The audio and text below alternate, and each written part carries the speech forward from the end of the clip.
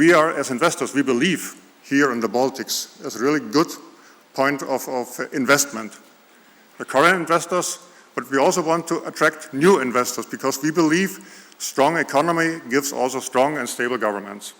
So we are here to stay, but we want to attract additional investment.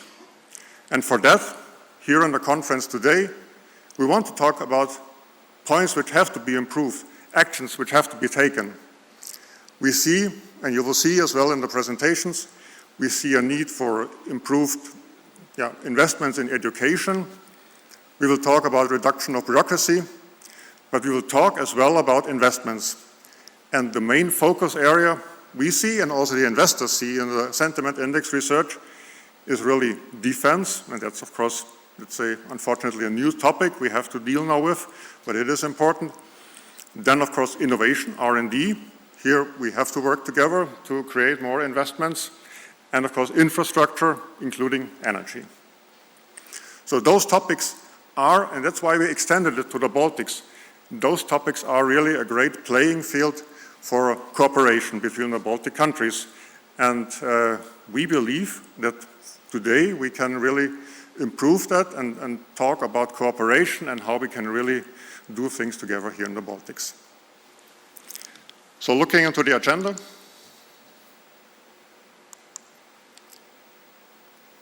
what we have seen now, opening of the event, and we have also a keynote of Madam Prime Minister shortly. Then we see also the presentation of the research results. You see on the one hand, Arnis Sauka will present about our sentiment index, and there will be also presentation of AHK, Florian Schröder. And then we continue with 3 panels.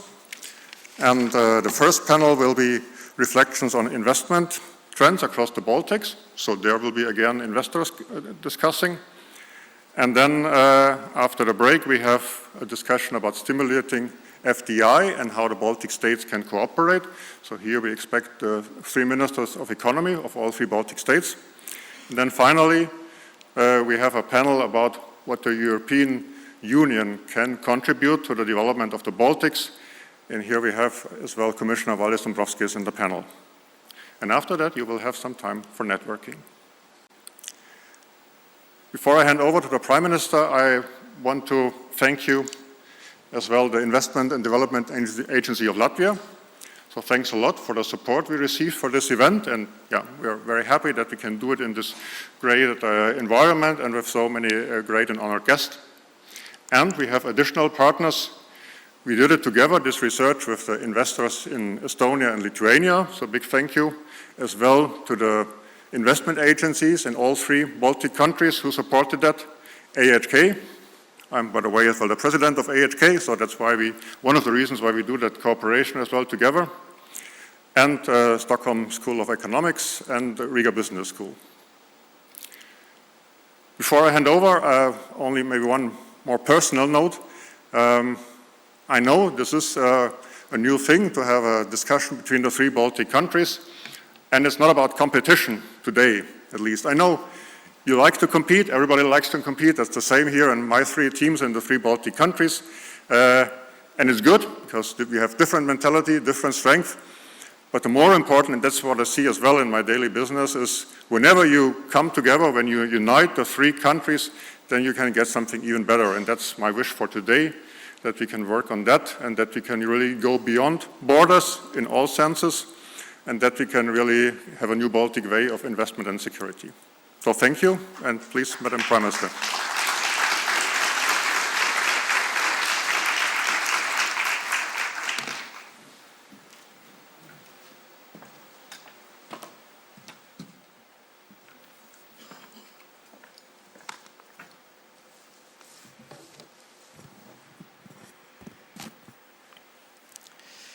Dear ladies and gentlemen, dear Commissioner, Chief of FICIL, thank you for your speech. Let me first start with saying that, yes, we 3 Baltic states have decided that we will go up to 5% for our defense starting from next year. And that's not an easy decision for any government, but we know where we live, so. And this week as well, we will have a 3 Baltic states Prime Ministers meeting in Riga. And then we will discuss all those issues as well. how we can boost our economy, but first of all, really how much and what we should do to defend our nation, to build up our deterrence, and to really show our people that Baltic states, Latvia, is a safe place to live. Latvia is open to investment, to innovation, and to partnership. And I believe Latvia is a safe and stable place to invest. And I hope it will be shown today by your research and analysis. It's not just my words, but it's really what we are doing. We value long-term partnership as much as fresh investment. And we really value our partnership with FICIL Council because your strategic insights and those annual reports has given us really a good, like a guide, what we really should do to boost up our investment environment. And I believe we have succeeded. At the end of 2024, accumulated foreign direct investment in Latvia reached more than 26 billion. That's 65.4% of GDP. Compared to the end of 2023, this marked a 2.1% increase. This is a strong figure, highlighting the significant role foreign capital plays in Latvia's economy. Overall, Latvia's investment attraction indicators continue to show steady growth. One more time, I want to thank FICIL for your trust and continued cooperation. The sentiment index you produce helps us understand where we are improving and where we must do better. We take your insights really seriously and we act on them. This government, under my leadership, has taken strong steps to make it easier to do business here. We reformed the Investment and Development Agency. It's now faster and more focused. We have reduced bureaucracy, especially in real estate and construction. We are removing barriers that slow down businesses. And we are starting to see real results: rising investment, increasing lending, and stronger market activity. As Prime Minister, I personally chair the Council for the Coordination of Large and Strategically Important Investment Projects. I am directly involved, as are my ministers, because I care. Because I believe in Latvia and its potential. Latvia is a small country if we compare it to other larger economies, but that's also our advantage. That's how I see it, by this advantage, because we can act quickly and more efficiently. So it means we have to outrun other economies, as it was said before by Chief of FICIL Council. How we can do it? By running fast and by believing in Latvia, in our opportunities to win. But most important, by working together. Public sector with private sector. Even though we have a neighbor like Russia, we are a strong country. Investment also depends on confidence. That's why we are investing in security, in defense, cybersecurity, energy, independence. And we are developing our own military industry. In today's world, security is an important part of business environment. Latvia as well has another key strength: technology. Our digital companies are leading in European markets. We are known for our advanced digital services in government and in the business sector. This year, we launched Latvia's National Center for Artificial Intelligence, and again, together with private sector and together with universities. IE is a key to future growth. With the right policies and right mindset, we can compete in global scale.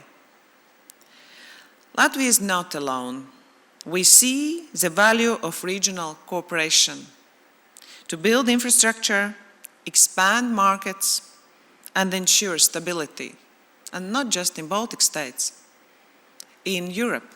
Because yes, Baltic states has been heard for our call to increase our defense, financial spending in all of Europe, because it matters to our people. We all want to live in a secure world. Even for business, to do it in secure environment, we as a state need to do what we need to do to protect our people, to protect our businesses, but you must just act and you need to do business here. We are part of this region and we are committed to shaping its future. With focused work, by working together, we make a real change. And Latvia is ready to lead by example. And one more time, I'm really grateful that I can be, as such, a leader of the government in Latvia, because I really see how we can change our environment, how we can change our country for better. And thank you one more time to everyone who has committed by your work, by your ideas, by your visions, to Latvia to be a better place to live and to do business. Thank you.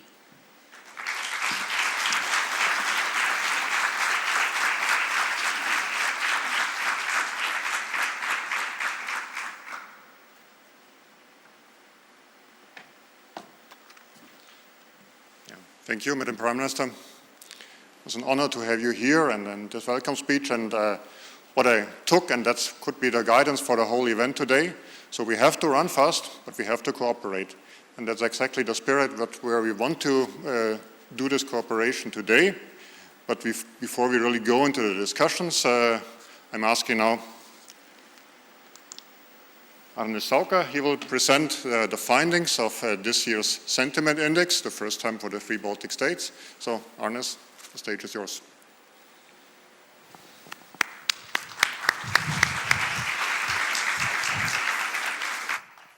Thank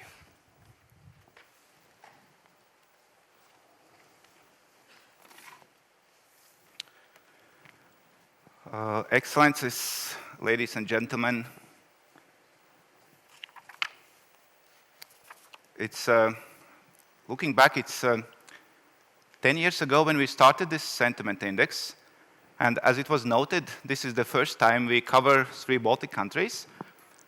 But I think it's also for the first time that we are running this in English, so you will have to tolerate my Latvian accent for 15 minutes, roughly. That's first thing.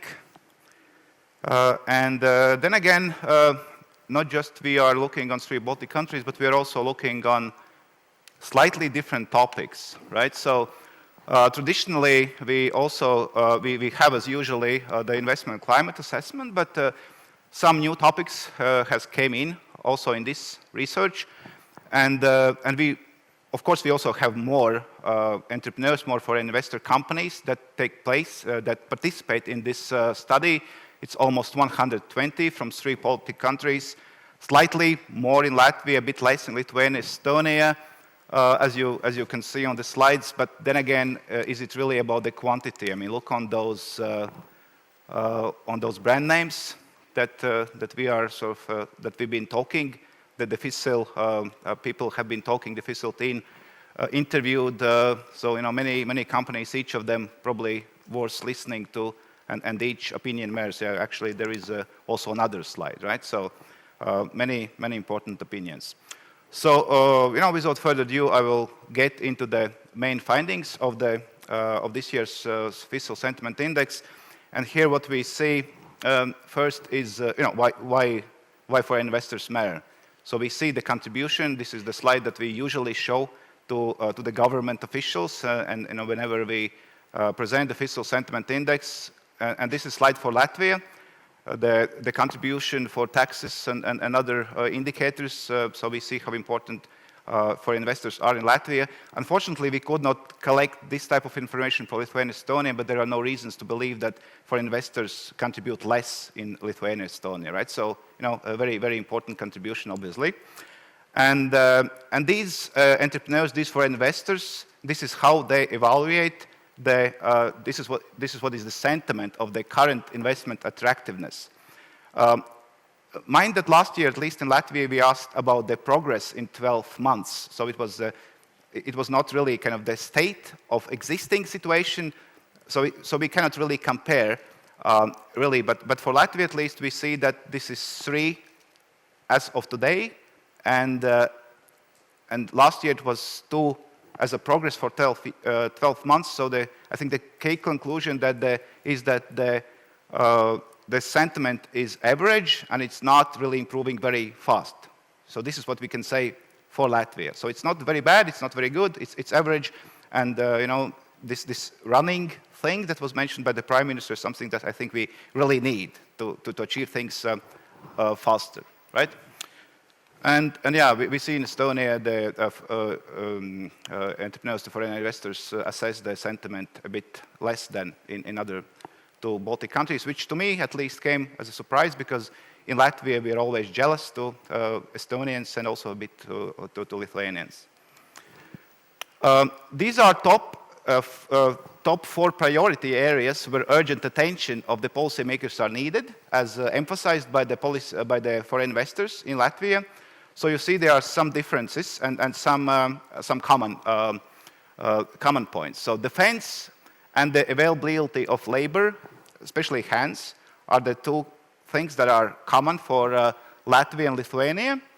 Interestingly enough, I was a bit surprised about that. We will probably discuss this during the panel discussions. The defense came only as 7 in the viewpoints of Estonians for investors. The production costs and energy resources were the 2 issues that were highlighted as key top priorities. Then we asked about the key strengths. And again, you see there are certain similarities, and digital structure, digital infrastructure comes as a number 1 for all 3 Baltic countries as the key strength of the Baltic countries, regardless of where we are talking with the foreign investors. And then there are other issues, like, for instance, quality of life we see as a factor that is common in one way or another, at least top 6 in all 3 Baltic countries. Then, for instance, physical infrastructure we see in Latvia and Lithuania as a key strength, but we do not see in Estonia. Then technology and know-how we see in Estonia and Lithuania, and we don't see in Latvia. Some similarities are present here, but still not that many. And yeah, I know that not always these reports that are written are read because they are long, but I think in this case, in the case of FICIL Sentiment Index, the most important reason to read this report is that it contains the quotes of the foreign investors. So I'm only a messenger here, and the real quotes, the real content is there. And let me just quote a few things about what Latvian, Lithuanian, Estonian foreign investors say about the key strengths. For instance, there is a quote from a manufacturing company in Estonia that Estonia has been too strict on migration policy, that there is a limited quota on the number of people admitted, and there are minimum salary restrictions. As a result, companies struggle to find expert. Salaries are growing due to the high labor demand, and this increased labor market mismatches. So one of the quotes, and there are many more in the report. In Latvia, real estate activities company highlights the demographic question is more and more important. It is hard to convince the board of our company to develop a long-term investment strategy. The negative impact of migration is quite exaggerated. Again, something that sort of reflects the sentiment of the foreign investors. Key strengths, yes, sorry. Then when it comes to the further investment plans, so these were, sorry, I'm mixing this a bit. Yeah, when it comes to the further investment plans, we see that 50% of the foreign investors that we interviewed are saying that they will continue investing. Again, in Lithuania a bit more. We don't have exact data for Lithuania and Estonia here, but what we know from the last year that foreign investors in Latvia, there were proportionally more, was 67% who said that they will invest that they will continue an increased investment in Latvia. Yet, of course, I mean, we cannot really directly compare these findings. There were a bit more companies interviewed last year, but still there is, I think, it's kind of a bit of trend for one reason or another. Then we also asked to assess the government spending efficiency, something that has been lately discussed, at least by the Latvian media, quite a lot. And here we see that it's below 3. 5 would be great. 1 is very, very bad. And yeah, the situation is slightly better in Lithuania, according to the viewpoints of the foreign investors, and very, very similar in Estonia and Latvia. And yeah, and these are the key suggestions on how to improve government spending efficiency. Right, restructuring, implementing of government agencies came as number 1, very, very highly, very strongly in all 3 Baltic countries. And then at least 30% of investments that we interviewed in all 3 countries talked about transparent performance-based budgeting, digitalization in the public administration, greater accountability of public sector employees, and then other activities, suggestions that you can also see here. Next, it's not just efficiency, but it's also direction of the investment, of course. And thus, we asked the foreign investors in all 3 Baltic countries to highlight which are kind of the top areas that require increased government spending, right, to stimulate, to boost the economic development. The 4 key areas you can see on the screen. It might be a bit tricky to read from the slides, but in general, for Estonia and Latvia, 65 and 77%, 65% in Latvia, 77% in Estonia. From the investors that we interviewed, highlight education and human capital development as the top number 1 area for investment. And defense and national security is highlighted by 82% of Lithuanian foreign investors, right? And then for Latvia, the next comes defense and national security, then economic development and industry support, and then research and development.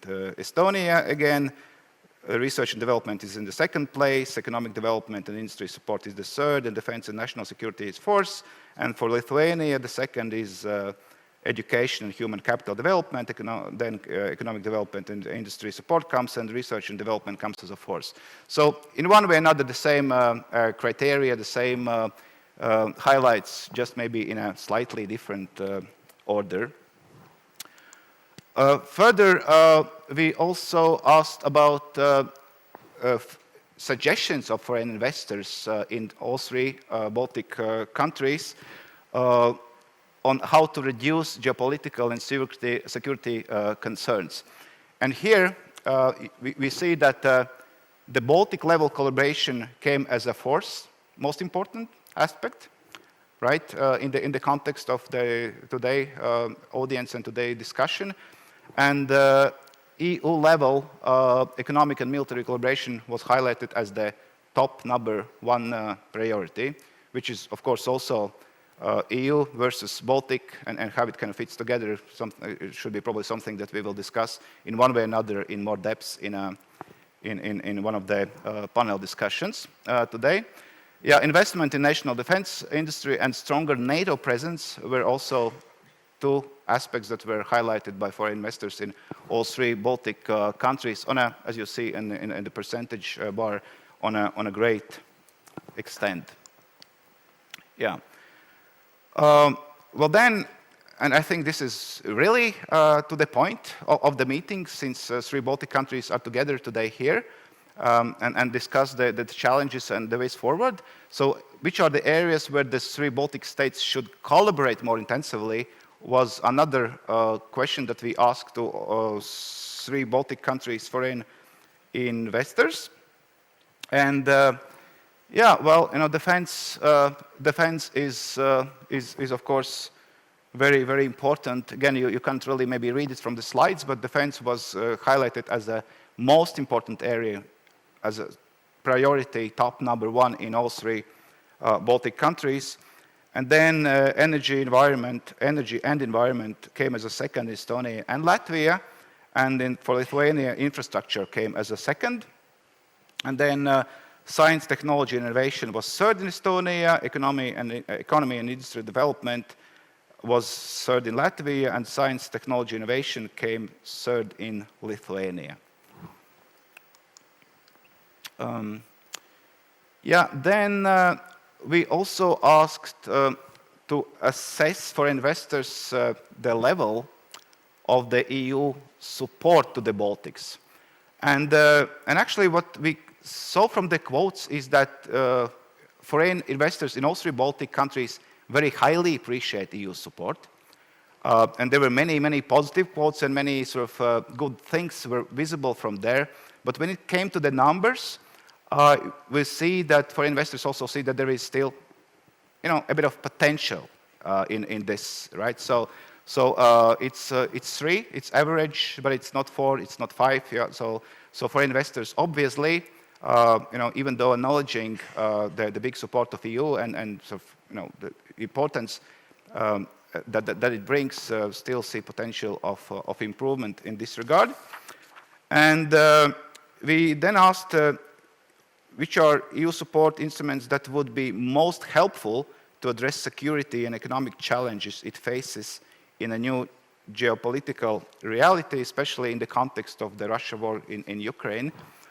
And these are the EU support instruments that foreign investors would like to see more, right? The defense funding and expertise came as first, to be more exact, to provide funding and expertise for meeting key defense priorities, e.g. border security, development of military capabilities. So that was that came as a number one very strongly in all three Baltic countries. And then in Estonia, for instance, the second was support renewable energy projects and energy independence, then foster infrastructure development, provide funding for research and innovation, stimulate targeted investment attraction towards economic priority areas, and so on and so forth. Whereas in Latvia, second was support renewable energy projects and energy independence, same as in Estonia. Then again, same as in Estonia, foster infrastructure development and continued by stimulate targeted foreign investment attraction towards economic priority.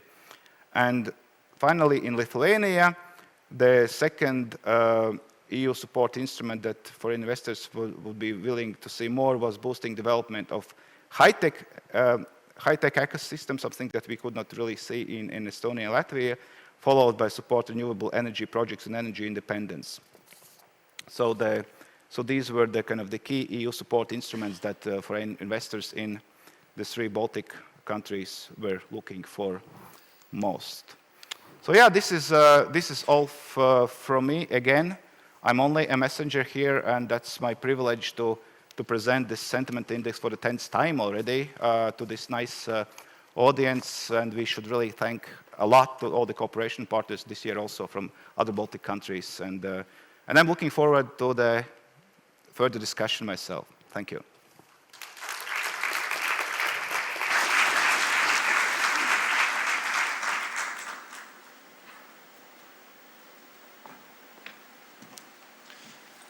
Thank you, Arnis. And without much further ado, I'm asking now, and he's already here, Florian Schröder, to present his results, the second time this year, about the AHK Business Survey. So German Baltic Chamber of Commerce is doing that as well for some years, but you will tell immediately for how many years. Florian. Yeah, thank you. Good morning, everybody. Labrit, Labas, Dienas. Dear Commissioner Vainovskis, Madam Prime Minister, dear Ministers, Excellencies, dear Chairman, dear AHK members, run fast and cooperate. That could be the title also of my speech. I have been assigned 10 minutes, but I will try to speak slowly and deliver some key messages. It's the 19th edition of our survey. We do it since almost 20 years. in 16 North Central Eastern European countries. And before I go into the results, please allow me to introduce you what is behind these 3 letters, RHK. It's a German word, Auslandshandelskammer. It's translated something like German Chamber of Foreign Trade. It's a global network. We are present in 140 locations in 93 countries. Germany has a unique network. And why is it? Because we are still the 3rd largest economy in the world, and we are by far #1 exporting economy in the world by per capita. And this amazing network we also have made available for our Baltic friends since 3-4 years. I have been personally lobbying for that, and you belong to a selected group of 5-6 European countries where German government has decided to do that. And I can talk about it a little bit later. We have 3 offices, Tallinn, Riga, Vilnius, and believe it or not, 42 full-time staff, which is really, and I'm also a paid full-time staff member, and we are busy with bringing more Baltics to Germany and more Germany into the Baltics, because we believe trade is not a one-way street, but really a win-win, and that's our approach, and that has worked so far. So, thanks FICIL and Tatjana and the team, where are you? Big applause, because it's amazing what you've done to bring together such a high caliber audience, the Prime Minister, the Deputy President of the Commission, I mean amazing, Foreign Minister and other ministers, big applause, let's give it.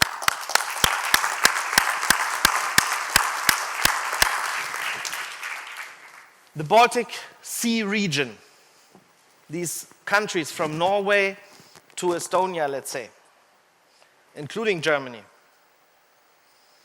are such an important region.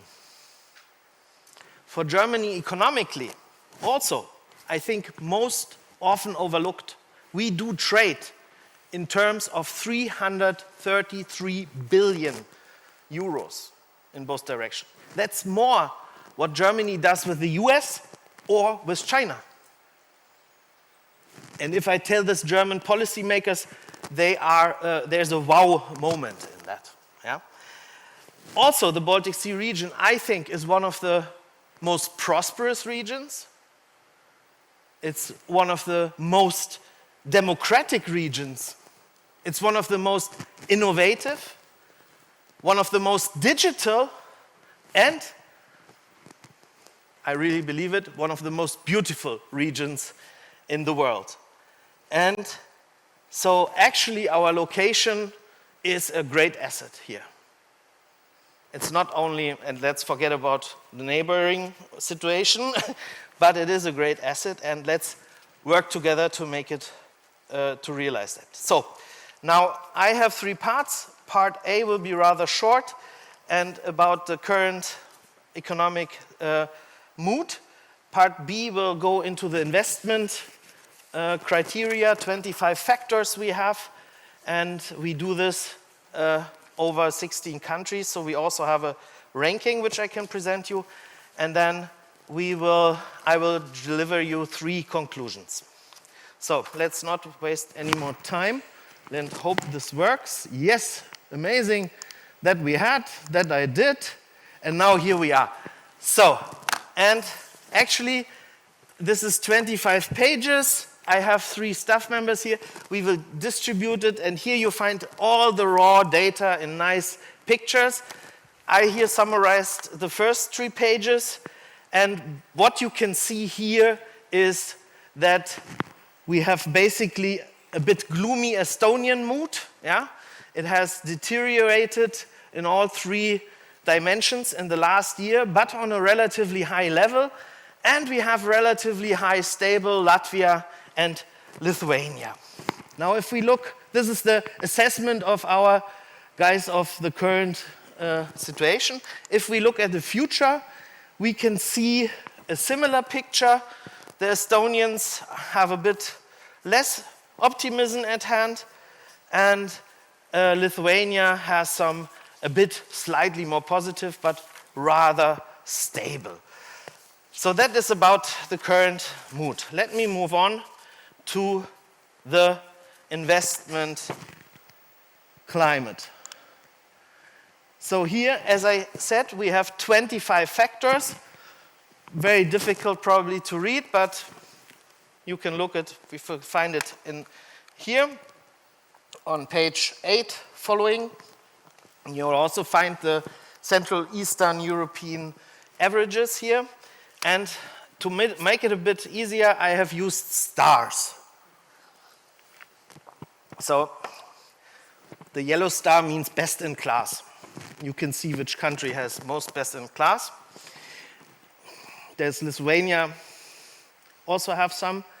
And then we have red stars. And as we all know, red stars is bad.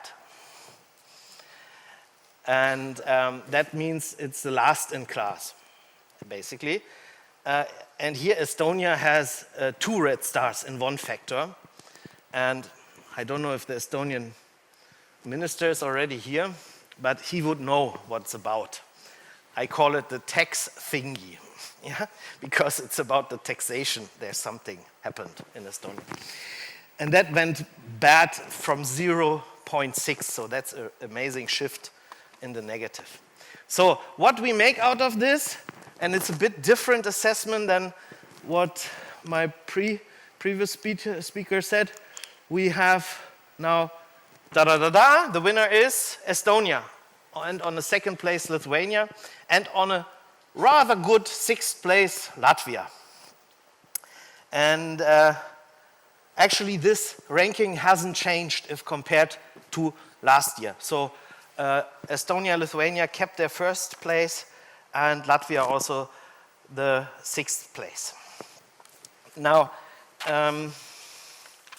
of course, we can go a bit more in detail what we can optimize, but maybe that we can look also in deeper in the discussion. Now, if we take a step back for a second and ask why foreign direct investment, it's actually not a goal in itself, but it is a mean to create employment. It is the fastest way to know-how transfer, and it contributes over proportionally to GDP growth. And that has to do with usually FDI there putting the latest knowledge and technology in place, and then it's always also export-oriented. And for country in transformation, it is an amazing booster to the development and the transformation forward. So let's have a look at the performance of the Baltic states in the last 30 years. What we see here is the following graph of GDP per capita. And what is a bit surprising for some is that Lithuania in 2019 already overtook Estonia in GDP per capita. Now, of course, there are several factors for it, but today we talk about foreign direct investments. Now, if I compare the 3 Baltic states in foreign direct investments and look at the German perspective, I see the following picture. And now we can adjust it per capita, and that's the stock. And we see that actually Lithuania has done something different than the 2 other countries. They have prioritized a strong and close partnership with Germany and been able to attract massive investments. We have an automotive cluster now. We have also bicycle factories. Lithuania, Šiauliai, is together with Porto the last 2 locations where in Europe are bicycles being produced in mass scale. It's amazing, actually. And how they did it, they had a long-term strategy, actually, focus branches, target lists of companies. They partnered strongly with us, and they had a high-level support also of the government and put resources to their plan. So time is almost up. I have to run faster even. Now time for the 3 conclusions. I take away, and this is really, last 8 years, I have accompanied investors in all 3 Baltic states. Yeah? So, and I think the problem is not the product. Amazing countries, amazing framework conditions, much better than in Germany, yeah, in almost all factors.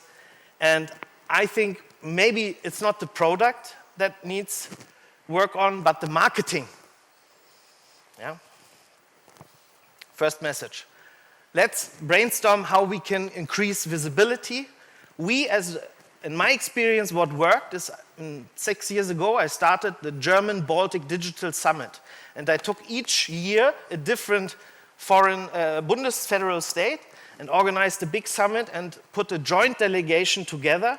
And we were raising a lot of awareness. And the last summit we did in front of 650 people. And it really works. Second, key factor, and that also was said before, is people. And by people, I mean, you said hands, I say people with skills, not knowledge. You have amazing school system, PISA, and amazing universities, but the gap is in the middle. Skilled labor. The vocational education system is not performing as it should. We work since 10 years with reform, different results. It's also a bit complex topic. I cannot get into depth, but I'm happy to share our insights. Now, last point. I also have numbers for this. This is the satisfaction, and it's not getting better. It means from last year, it's getting worse. And this means here, they have to refuse orders. More than half of companies refusing orders because they don't have enough people to grow. Yeah? And that is, of course, a tragedy because we are losing GDP and competitiveness. Okay, last message. What is their potentials? Defense, very important. Drone initiative, excellent progress. Good news is we have now also 2 unicorns, Quantum and Helsing, in Germany with drones. And they all have offices in the Baltics. And we are working closely to get them in the cooperation. In Wednesday, we have the drone summit here in Riga. So lots of stuff going. It's important also, we organized already 3 delegations to Germany of Baltic companies and got them into the supply chains. There are opportunities to build it, but it's difficult. Second topic I have to run is tourism.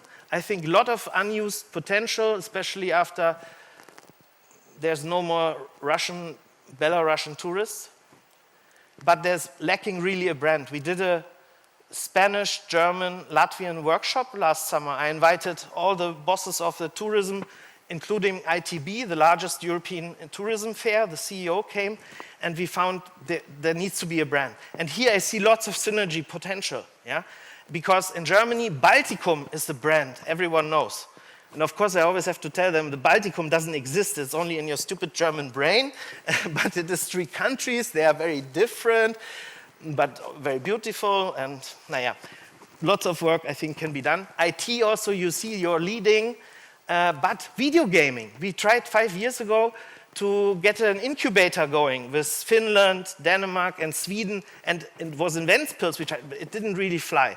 I could imagine a bit more support from government, and the other one is film industry also. Yeah, congratulations to the Oscar.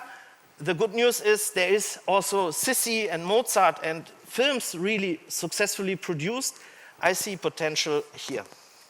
Now, I really have to run. This you can read. Thank you very much. Thank you for your attention. Let's work together. Contact me, my colleagues. I look forward to working with you. It's our aim to make the Baltics the best and most successful region in Europe. And that is both my and our mission and passion. So let's start working. Thank you.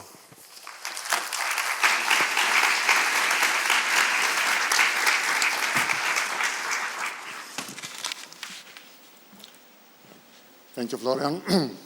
Yeah, thank you, Madam Prime Minister, for being here. Thank you, Florian, for your passion again, and a bit different findings than compared to the sentiment index, but I think it's good to have really points of discussion, and we will have all these discussions later in the panel. As you took a few more minutes, Florian, so we will take it away in the panel then. But anyhow, I think it was good, and it's good to have this passion, and it's good to have also some points to discuss. Otherwise, if everything looks always perfect, then we can't improve. And the topic also, I think that we have a good product in all 3 Baltic countries, but sometimes maybe we need to improve the marketing, and that's something we will discuss also later today when we have the representatives of the countries here. So the next panel, or the first panel actually,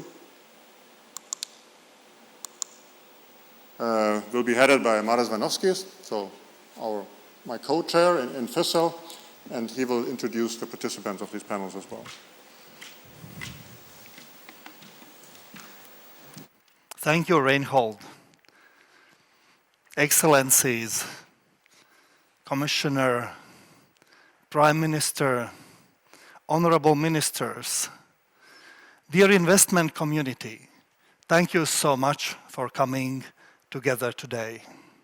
I have the honor to lead the panel discussion on the investment trends in the Baltics. And I will also try to speak slow, but that comes without any effort, because I have just returned from wonderfully organized by Latvian Investment and Development Agency business delegation to Japan.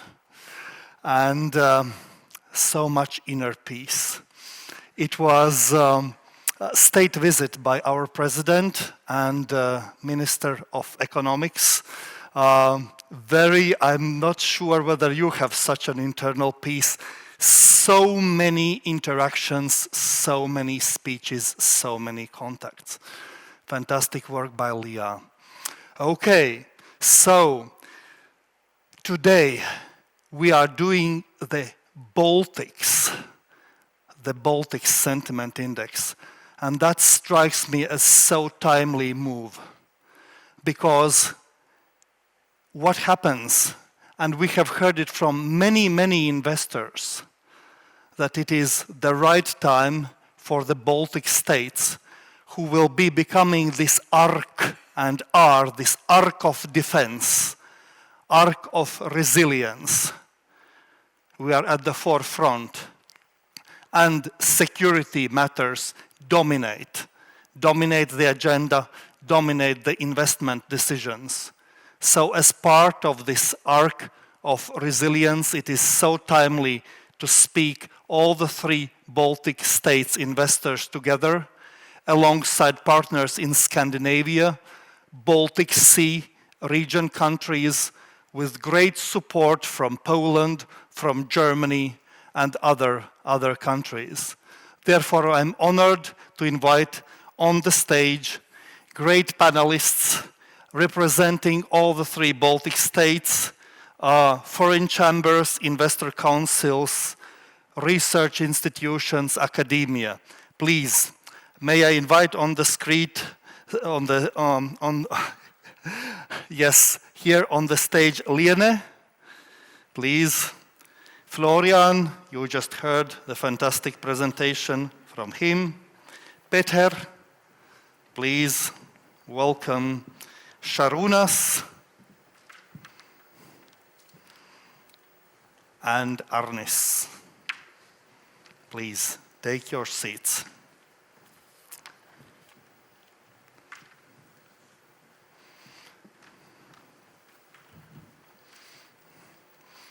I will also take this opportunity to First of all, they deserve a round of applause.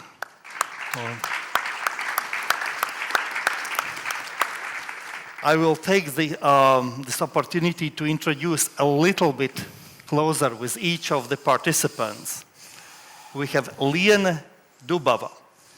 Liene is on the board of FICIL, but Liene, of course, is the chairwoman of Nasdaq Riga, our stock exchange. And Liene also is, did you know, a co-author of Latvian Good Corporate Governance Code. Welcome to the panel.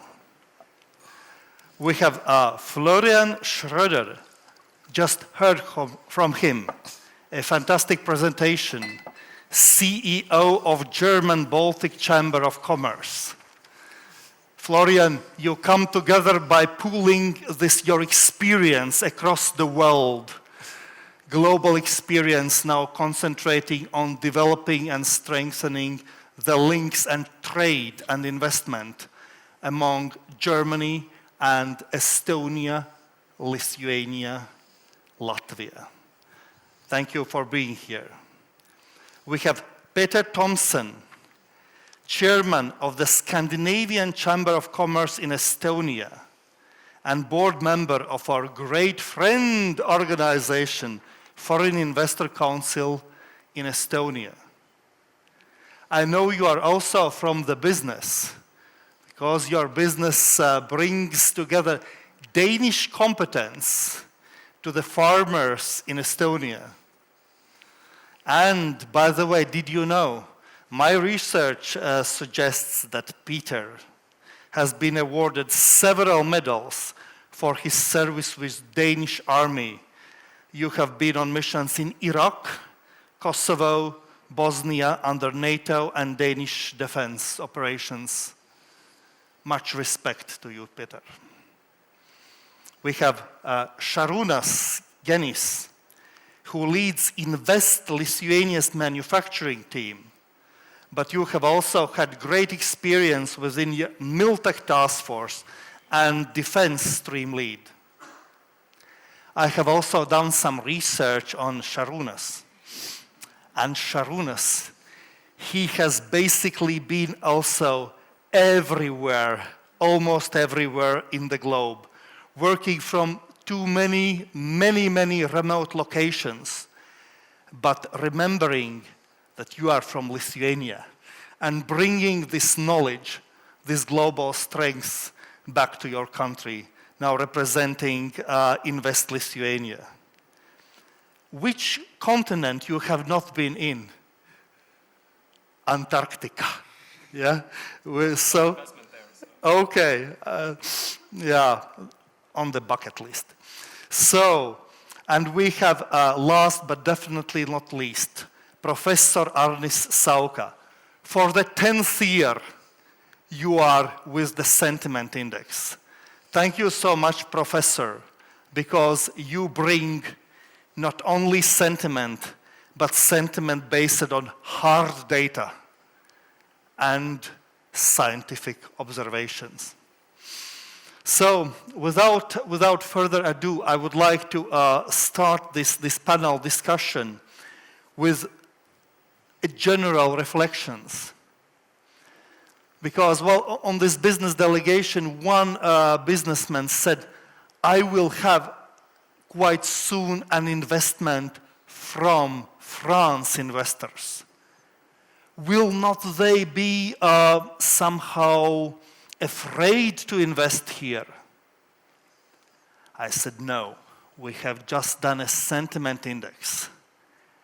And the sentiment is quite good. But Arnis, maybe we could start with you. Have there been any surprises? You have done it for the 10th time. Anything that would be, let's say, not typical this year, this time around? Or is it everything as you expected? Yeah, I will probably be able to talk a bit more about Latvia because we've been doing the sentiment index for Latvia for 10 years and the Lithuania Estonia joined this year.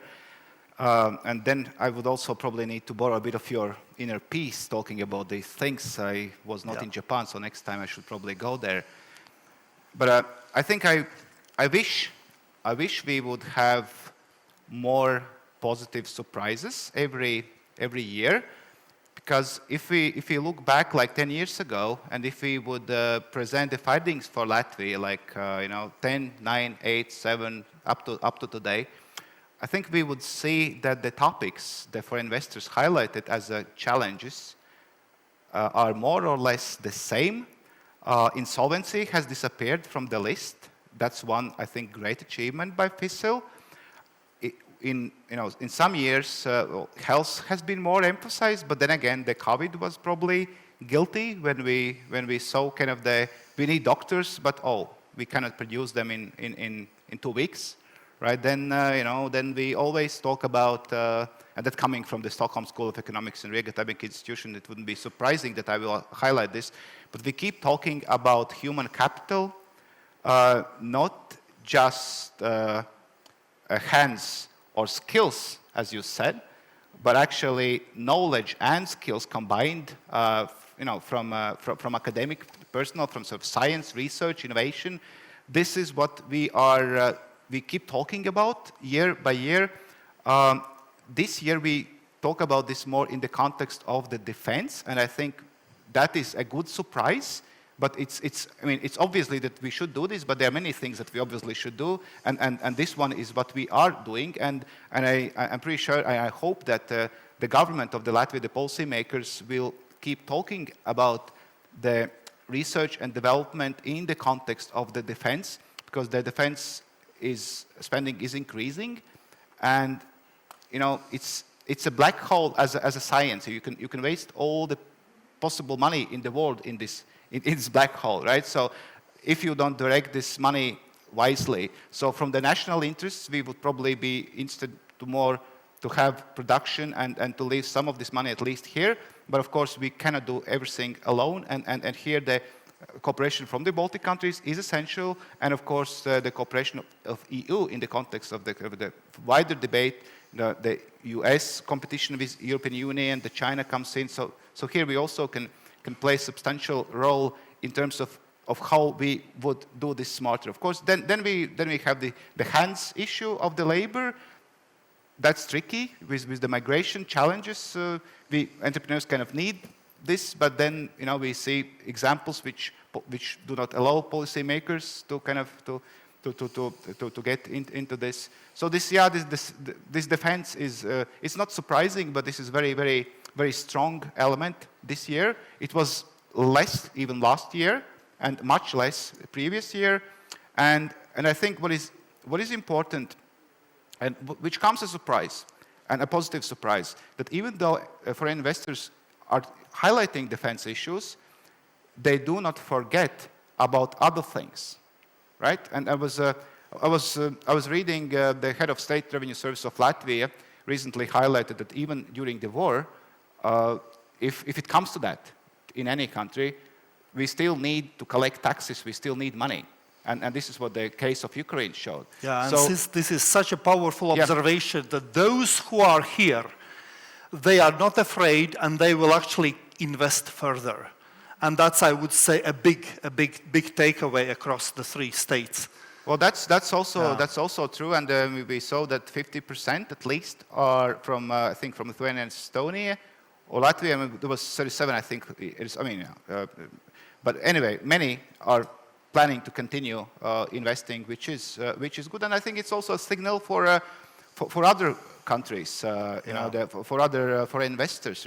If those that are here continue investing, then what do you do when the trouble is? At least you cease the investment, right? Yeah. You stop investing. Maybe you stay because you cannot go away, but at least you don't invest more. So strong investments in local economies, and good to see that these legal issues have gone from the top of the agenda. That's also good, but really to highlight that if existing foreign investors say that they will, most of them, at least half of them, say that they will continue investment and they will continue more, I think this is a good signal also for the other for investors that are considering coming here. And if the worst happens, well, I think Well, you know, the Baltics, Poland, Finland, Sweden, we are all in the same area. The Brussels is as vulnerable as Riga, I think, or Vilnius or Estonia. This is Thank you. Really, yeah. Thank you, Arnis. May I ask you, Florian, you know, your observations, any surprises for you? For instance, I like it to see that the investors plan to pay the employees more, and it was interesting to see that in Latvia the sentiment is to increase the salaries approximately by 6%. Estonia also, you know, similar. Lithuanians would like to pay more, 9%, with an average of 7% increase across Central Eastern Europe. But Florian, briefly, any surprises came through? No, I mean, this was not such a surprise because Estonia kind of is ahead of the wave, yeah, and Lithuania, Latvia following. So, and I think also this moody, gloomy atmosphere is just because the Estonian government had introduced, difficult decisions. 2 short points to what you said.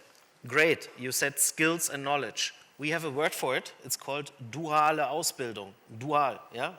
Bring together theory and practice. And that's what actually is the success secret of the German export. It's not the top management, it's not the good universities, it's the people that put the cars together. And that's the made in Germany. Yeah? I have a PhD from Germany, I know. So, yeah, but you have a PhD, but not a duale Ausbildung. And we are all academicians, and we make this bias because we think, we just don't see it. And there's a whole 500 years history. Second point I want to make, I have to be short, investments in defense. Let's first acknowledge that investment in defense, and even if we say Rheinmetall now is investing in Lithuania, not so sure. This defense sector has very particular rules how they work. And the first question of this so-called investor is, who's buying the ammunition? Yeah? And then the government needs to give a contract for a certain amount of ammunition for certain years. And there is cooperation needed because one small country cannot really make this ammunition factory capacity work. And then, so it is government money. And so this is a bit different mechanisms than private investments. So, and it's good to see it not just talk, but actually German Rheinmetall is already, you know, basically in Lithuania, and they have been visiting and Latvia recently. More. Yeah, and we're doing more. We are repairing tanks from Ukraine. We are setting up workshops. And again, this dual education and skilled labor is something we want to bring. As a vision, I see here a triangle. Germany, Baltics, Ukraine, in the defense industry. Because we will need innovation in a scale that hasn't happened in the last 80 years. And this innovation needs to be tested, and the results from Ukraine need to be taken into account, and then it needs to be scaled up. And this is the role of this triangle, and this is what that's why we have this conferences, and on 25th of November, the next one in Vilnius, where we again make a German-Baltic defense industry summit, because I really believe it needs cooperation. Yes, there's also a need maybe for bilateral and national cooperation, but it's too important and there are synergies. And in Europe, we know US has 1 MBT, main battle tank. In Europe, we have 7. And artillery systems, US has 3. In Europe, we have 20. And we need to cooperate more. Yep. Yeah, absolutely. And Liene, very briefly, what is basically capital markets investor sentiment? Do you agree with what our sentiment index says, or your comments as a stock exchange guru? Yeah, I would say that the sentiment is quite similar. Those investors who are here, who are already investing with those, seems everything is fine. Of course, it's more challenging to attract new investors who have never invested here, and so. have to admit that retail investors, local Baltic retail investors, are as active as never before. And that is, I think, really good sign for the capital markets and the economies in general, because seemingly people have understood that their wealth, wealth is they are responsible for their own wealth, and so they are investing more actively. So capital markets are ready for more. Sure. Excellent. Right. So can we move on to the other, I would say, key topics? So defense, clearly, that goes across the research. But there is this human capital, yes, and labor market.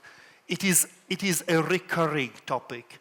And why do you think so? What are the kind of the key issues? Maybe we can start, Peter, with you, because I noted, so is this dual education system, you know, academia plus practice?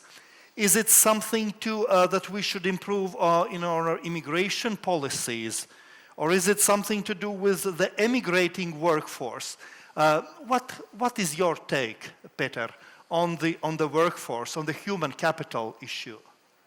Yeah, it has always been an issue whenever we have done research in Estonia. It has been top of mind for many years, and we also see the trend that was highlighted in the German research that they say no to orders due to lack of labor. So it has been top of mind. I know that it has been done. We have started to take the right steps. I just saw that the quota for foreign third countries workers has been increased or will be increased, I hope. But still, when we have this double average salary requirement, we are still locking ourselves. And I think this is because that we also have some political movement where we're still afraid of immigrants, and that kind of holding them back to take that decision to open for more immigration. I'm not saying that we should have open borders, not what we are saying, but we are saying that the right skills workers should have easier access to come here. And at the same time, we also have potential skills within our countries where we just need to activate them, where we still see, especially outside the bigger countries, we see that quality of the school, of the education is not where we would like it to be. That one of the quotes from our survey was that once they get a new, let's say, electrician in, we spend the next 2 years educating that person to a level where we can actually use that. So we need a strong connection between the education institute and the private sector, so that it's a little bit like you're ordering without specifying, I would like some food. Okay, I give you a chicken, I give you a steak. We don't know what we're going to get. So therefore, we must have the industry to kind of order, so to call, from the education system, what is it that we want out of the schools to get them right at the first time.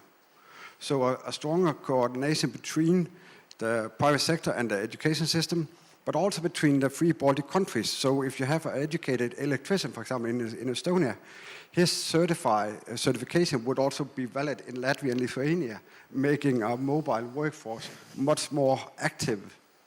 If Rheinmetall is opening in Lithuania, well, there is also potential for Estonians to go and learn and bring back.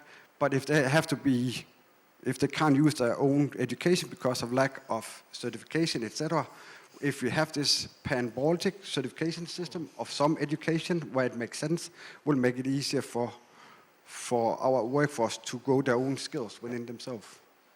Exactly. So you're talking about basically mainstreaming synergies. That is the key word. Exactly. Yeah. Well, how about let's give. How about Lithuania? So in Latvia and Estonia, we see Lithuania as this big country. Yes. So many millions of inhabitants. Is workforce availability also an issue? Is it a challenge? How do you see that? I think it would be very difficult to find a company or a country that would say talent availability is not an issue. So we should start with that. I think in every country and company that issue is present. I firstly would like to come to the point of the wage increases. I think it's important to emphasize that wage increases are not bad in and of itself. I think if they are preceded by gains in productivity, if we are creating more value per employee, wage increases is something that we are aiming for. Of course, all of the Baltic countries want to be more up to the standards of Scandinavian countries in terms of our wages. So that's something that we aspire to, but the productivity gains is key. So in Lithuania, to illustrate, we have seen that in the past couple of years, the talent pool and generally the employee number in the global business services has not increased much. But the value created per employee has increased. From 2023, it was 1,700 euros. In 2024, it was 2,300 euros. So that productivity is increasing and functions are advancing. And I think the wage increase is a good thing in that regard. But I think when talking about talent availability, we have to think already of solutions. We have seen from the indices that all countries are facing issues in finding the right talent. So what can we do to attract that talent? And I think there are two primary ways to do that. One of them is reskilling and upskilling, and there are several ways that companies can do that. In Lithuania, again, to take an example, we have coding academies that are upskilling IT talent, and in the past few years, they have upskilled thousands of people. We've been able to increase our talent pool by 40% simply through upskilling in the past few years. And companies themselves are also designing their own academies to do that. We have DevBridge, one of the companies part of Cognizant Group. They do dual academy. It's called Sorcery Academy. They are doing Scandinavian language training in-house because, of course, a lot of our services are going out to Scandinavia, so we need to be able to speak the same language. And they're also doing IT talent development where they have trained over 2,000 people. So that's very important, but the government needs to support that. And we have had European Union support for reskilling.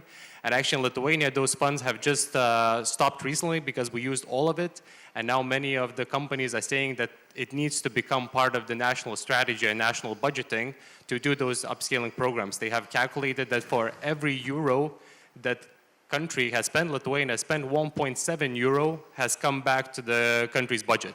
So we see that this works. So upskilling and reskilling is one part, but what has been mentioned, talent attraction from very specific key markets, we need to be able to determine those key markets. In Lithuania, we have our own team called Work in Lithuania that very actively looks which countries have the talent supply, let's say, and we have the right value proposition as Baltic countries, because of course we might want to attract people from France or UK to come and live here, but maybe they in particular don't want to move to the Baltic countries. But there are other countries like Philippines, like Brazil, like Albania that we have identified for high-skilled talent to be able to come to Lithuania and to the Baltic states. So we need to utilize both of those. The reskilling programs, of course, the education was mentioned, but also friendly and very targeted immigration policies as well. So upskilling and reskilling focus, that's what you highlight. Yes, and of course immigration. We cannot do with that. I think the demographics are clear in all Baltic states, our birth rates and so on. So in the next few years, we need to be focusing on reskilling, and we also need to be focusing on automation and robotization in the manufacturing sector. Okay. Florian, you were actively nodding. Do you have a reflection? One sentence. I think exactly spot on, and if I can judge or evaluate, Lithuania is moving fastest in the correct direction in this.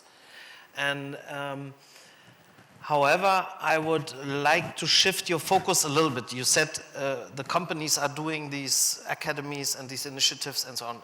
Yes, they're doing it because there is no system. And what we need to shift is to create that the government needs to be involved in that we create a sustainable vocational education system where actually the companies are in the driver's seat. And then we solve 2-3 problems with one whatever. It's the companies that decide how many people to hire in which profession. Second, if you have the school till the people are 16 and you create an alternative, instead of going directly to university at 18, you offer this dual vocation and you give them a salary and a training in a company. Like it even works in IT in Lithuania. We've done it. And we've been with Continental also all the way in a different, so we have all the experiences. Then you offer them a salary and you end up with the skills that are actually demanded by the companies, and you have this match of demand and offering. Yeah?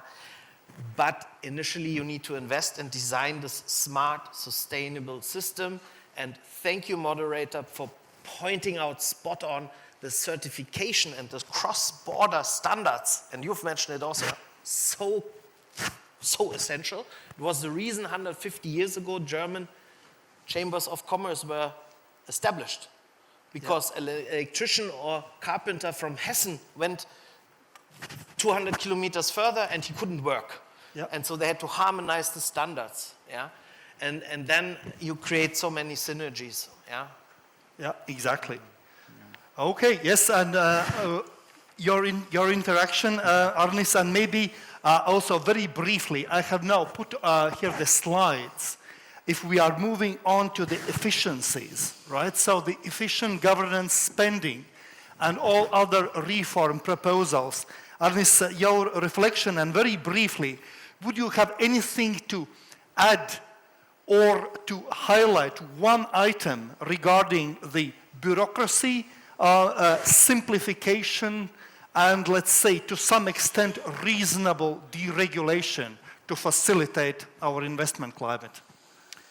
Yeah, maybe this is also important, the very short elaboration on the human capital development.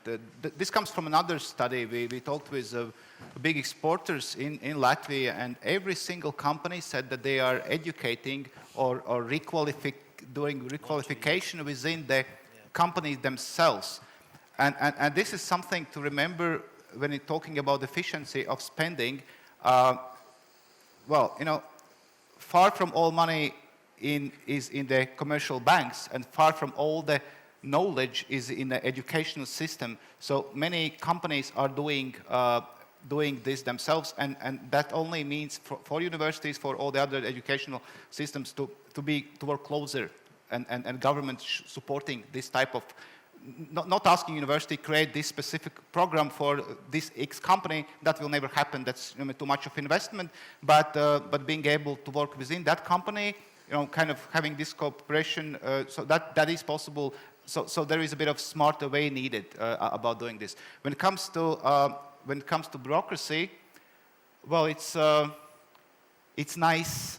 It's a nice, very popular slogan these days. But I'm pretty sure that the civil servants, the governments can do with the bureaucracy in a similar way as with shadow economy, as much resource they have. Well, of course, they can talk about this in nice words, but when it comes to actual reduction, it is about ability to work with like one big organization with another big organization within the state, like State Revenue Service, for instance, and Central Statistical Bureau, how much it is possible. Sometimes there is the inter-ministry work that come from the political reasons. So, I mean, I'm rather skeptical about whether the bureaucracy will be decreased, even though I know that there is a person from the European Commission who might not agree, and I know that this is highly prioritized, also in European Commission, also in the Baltic countries. But I'm rather skeptical about the huge achievements in terms of reduction of bureaucracy with kind of the knowledge within the government, and not the government, but civil servants kind of level, I think. Yeah. On the highest level, everything is fine, when you meet state secretaries and so on and so forth. But when it comes to a bit below, so to say, and when it comes to cooperation amongst each other, I think this has always been a huge issue. But then one thing in terms of efficiency, what can be done is, what I've seen, there is this trend. Many things are not important, and then something is highlighted. Is it shadow economy? Is it productivity? Is it health? Is it education? Is this requalification? Is this artificial intelligence? And then all the ministers runs towards the same, and everybody sort of has their own flag, and without looking on what others are doing. So now, when we prioritize something, if we also do everything to make people to work together and not to replicate each other and not to go for their own medals, so that would be fantastic things of efficiency. So far, I rarely see that this has happened. Yeah, thank you, thank you.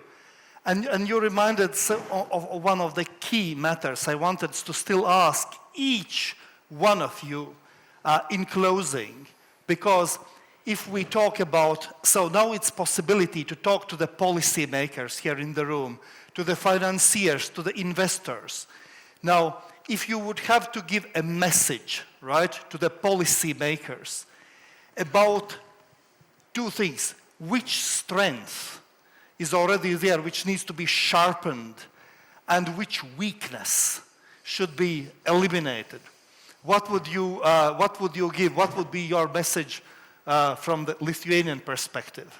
I think we need to continue to collaborate on our common infrastructure across the Baltic region. Of course, Rail Baltica, we should not forget about it. It's very key not only to defense mobility, but also to our trade.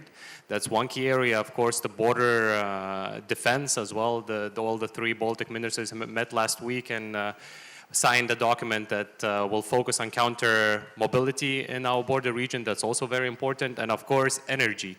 Energy is key in the Baltic region. We see that we will become net energy exporters by 2028, 2030. We will have offshore wind parks operational as well. We need to strengthen our grid connections to Western Europe to be able to export that energy and become even a more integral part of the European Union in that regard, and for our defense matters as well.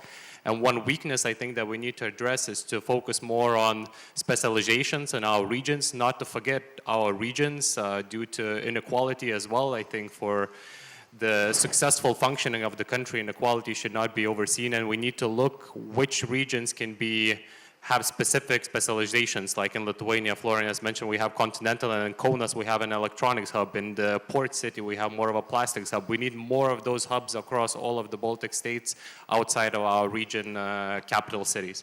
Great message, Šarūnas. How about Estonia, Peter? What he said? Yeah. No, it's Estonia is in a good place regarding the innovation into IT, and this is something that is continues to grow. And the more there is, the more synergy it will create, the more it will attract, and the better we will become. So this is definitely something where we are very good, and we should keep it. The weakness or the threat for this is increasing taxation for the companies. They don't like instability in the taxation system. They understand that if we need to pay more, then it's okay. But they need stability in the political structure and in the taxation structure. That means that then they will also continue to invest and bring more investments in. Thank you. Liene, for Latvia. Yeah, when talking to investors during the research, actually one thing standed out, like compared to a previous year, was the sense of urgency. Each second investor were saying that it's, come on, it's time, stop talking, start doing. And when it comes to the businesses, of course, businesses are adapting quickly. There's no choice, right? But with the governments, it's a bit different. So therefore, my message would be that we need bold and coordinated action. More action, less talking. And when it comes to the challenges, I think one thing is this, like government efficiency and spending, and so investors were mentioning also actually in all three countries that digitalization is something we are strong at and we like that. So Latvian investors are suggesting to use this strength also for the government institutions and administration in general, so we can become more efficient, more agile, and faster decision makers in general. Thank you, Liene. And Florian, maybe you can take the Baltics, let's say, the strength of the Baltics. And Liene, thank you. You've said it. Let's take a bold action, and very urgent. I think I agree. need to be done tomorrow, because we know that if we get tested, can happen in 2, 3, 4 years. Yeah? So actually every day counts. So what I propose, we have relatively low debt level in all 3 Baltic states. Let's take 100 million, if I have a wish. Not each country, but together.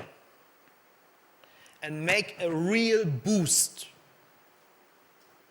Make an initiative where the Baltics are seen, heard, and understood in Europe. Because, as I said, the problem is not the product. You can make here digitalization efficiency plus 5%. No investor will come. You are already in the top. Estonia, #1 taxation system in the world. Most digital country in Europe. What you want to improve? But is it known? No.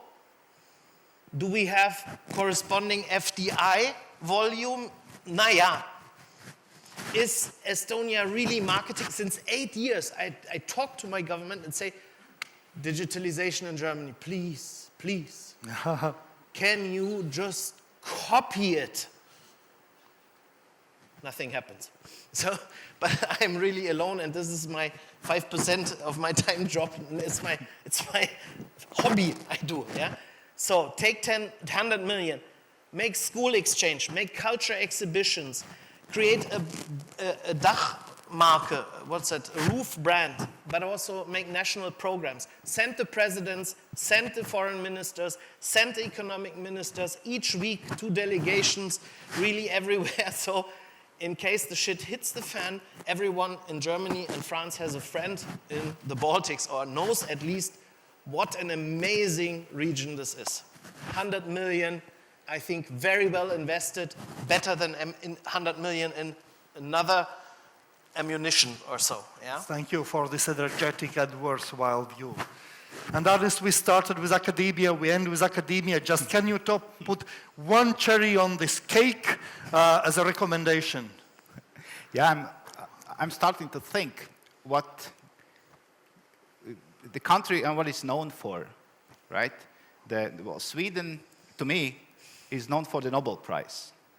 They can do whatever they want there, but they have created the Nobel Prize, and everybody knows Sweden for the Nobel Prize. Of course, they've done much more, but that is first thing that comes to my mind. Well, Estonia digitalization is something that comes to my mind, and so we could go to the other countries. Germany, I mean, yeah. I mean, yeah. I did my PhD there. I lived there for some time. Nothing really cherry comes to my mind, but it's a big maybe infrastructure. Well, beer, yeah, of course, beer, but yeah, great infrastructure. Actually, this is something that comes to my mind. Maybe nothing very excellent in terms of the top universities, something, but kind of everything works and everything's kind of, in terms of the infrastructure, it's kind of the cool place. The Belgium is beer more. Sorry if I say that. So yeah, I mean, if we could create something like that, and to this I agree to you, if we could create something like that for Latvia, that would be great. There has been attempts. There has been attempts. The place where you could try things. Like, you don't go to try things in Germany. It's a big market. If you fail, you fail big. You can try things in Latvia or the Baltic countries. So that's kind of the place. So this is something that came up with. But I think that is the best I've heard as a trial. But it's not what we are known for. That's what we are aiming maybe for, right? Yeah. And I think this is unanswered. And unfortunately I cannot give you academically correct answer of what we should. But you already did. So what a fantastic panel it was. A great wrap up. So dear audience, as you see, so there is willingness to invest. The sentiment is strong. The Baltic states are now like back in this cooperation spirit, bigger time than in years it has ever been. And we need strong Europe, and we need strong governments, and the investors are there. They need simply clarity, they need level play field, and they are loyal to the countries. So let's give a big round of applause to the panelists.